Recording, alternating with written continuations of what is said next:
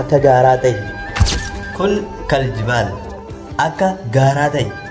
Akka gaaraa ta'e jechuun gaarri akkuma beekamu bubbee yookaan ammoo qilleensa garaagaraatiin dhiibbamee yookaan ammoo guyyaa yookaan halkan dhiibbaa garaagaraa taasisaa oolti.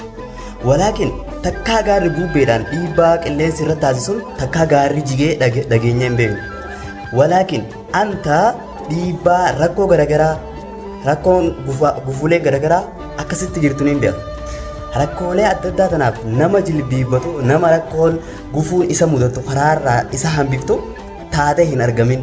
Akkuma gaarri dhiibbaa bubbee yookaan ammoo qilleensa irratti taasisu san jala firraa ittisee hojii rabbiin irratti ajajee raawwatu sanitti atis dirqama rakkoo fi kufaatii garaagaraa taasisu mudatu firraa ittisiitii nama injifataa ta'e siin jaaladha. Wassalaamu alaikum warahmatullahi.